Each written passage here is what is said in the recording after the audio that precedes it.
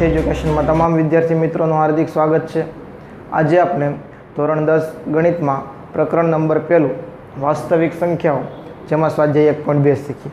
એ પહેલાં એક અગત્યની માહિતી મેળવીએ કે જો તમે પ્રથમ વખત વિડીયો નિહાળી રહ્યા હોય અને હજુ સુધી ચેનલને સબસ્ક્રાઈબ ન કરી હોય તો એક વખત સબસ્ક્રાઈબ કરવા માટે નમ્ર વિનંતી છે, કારણ કે આપણી આ ચેનલ યુથ એજ્યુકેશનમાં દરેક ધોરણના પાઠ્યપુસ્તક અને વિડીયો લેક્ચર મૂકવામાં આવે છે, જેથી તમે પરીક્ષામાં સારા એવા માર્ક્સ મેળવી શકો। અને 15 મે 2019ના રોજ આપણે એક નવી એપ્લિકેશન લોન્ચ કરી રહ્યા છીએ, જેમાં દરેક ધોરણના પાઠ્યપુસ્તક, વિડીયો લેક્ચર, મટીરિયલ્સ અને બીજા ઘણા બધા IMP પ્રશ્નપત્ર તમે એકસાથે નિહાળી શકશો અને ડાઉનલોડ કરી શકશો। સાથે સાથે શિક્ષક મિત્રો માટે આપણે નવી પેપર જનરેશનની એપ્લિકેશન લઈને આવી રહ્યા છે, જેમાં દરેક ધોરણના પાઠ્યપુસ્તક, વિડીયો લેક્ચર, મટીરિયલ્સ અને તમારી જાતે તમે પેપર જનરેટ કરી શકશો।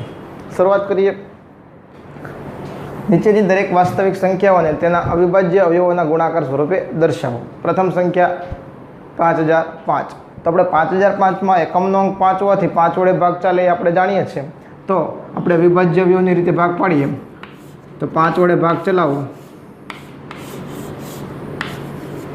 તો 1001 આવશે। હવે 1001માં એકી સંખ્યાના સ્થાન પર અંકો 0 અને 1નો સરવાળો 1 થશે, બેકી અંકનો સરવાળો 1, એટલે આપણે ખબર છે કે 11 વડે ભાગ ચાલે। તો 1001 ભાગ્યા 11 કરીએ,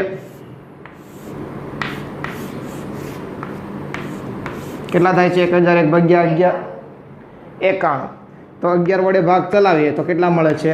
91। હવે જોઈએ તો 13 × 7 = 91 થાય, તો પહેલાં 7 વડે ભાગ ચાલતો હતો, તો આપણે પહેલાં 11ની જગ્યાએ કેટલા વડે ભાગ ચલાવીએ? 7 વડે, કારણ કે આપણે ક્રમ પ્રમાણે, તો 1001 ભાગ્યા 7 કરો તો કેટલા આવે છે? 1001 ભાગ્યા 7 કેટલા આવશે? 1001 ભાગ્યા 7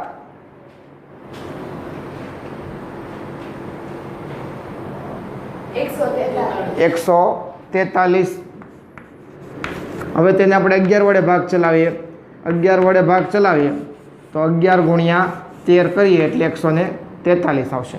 તો આપણને અવયવ મળ્યા 5, 7, 11 અને 13, માટે આપણે લખીએ કે 5005 બરાબર 5 ગુણ્યા 7 ગુણ્યા 11 ગુણ્યા 13।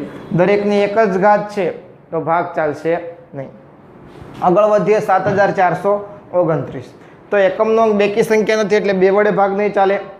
3માં ચેક કરીએ તો 7 ને 4 11, 12 13, 13 ને 9 કેટલા થશે? 22, જે 3ના ઘડિયામાં આવતા નથી, એટલે 3 વડે પણ ભાગ નહીં ચાલે। ત્યારબાદ 5 વડે ભાગ ચલાવ્યો તો એકમનો અંક 5 અથવા 0 હોવો જોઈએ, જે નથી, એટલે 3 વડે પણ 5 વડે ભાગ ચાલશે નહીં।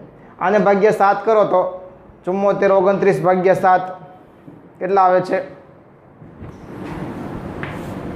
ભાગ ચાલે છે કે પોઈન્ટમાં આવે છે? ઓકે, તો 7 વડે ભાગ નથી ચાલતો, તેની પછીની અવિભાજ્ય સંખ્યા એટલે કે 11 વડે ચેક કરો, ભાગ ચાલે છે નહીં। એની પછીની અવિભાજ્ય સંખ્યા એટલે 13 વડે ચેક કરો, એમાં પણ પોઈન્ટમાં આવે છે। એની પછીની અવિભાજ્ય સંખ્યા 17 વડે ચેક કરો, 437, તો કેટલા વડે ભાગ ચાલ્યો? 13 વડે કે 17 વડે? 17 વડે। 17 વડે ભાગ ચલાવો એટલે કેટલા વધ્યા? 437। 437 ને 19 વડે ભાગ ચલાવો તો કેટલા આવે છે?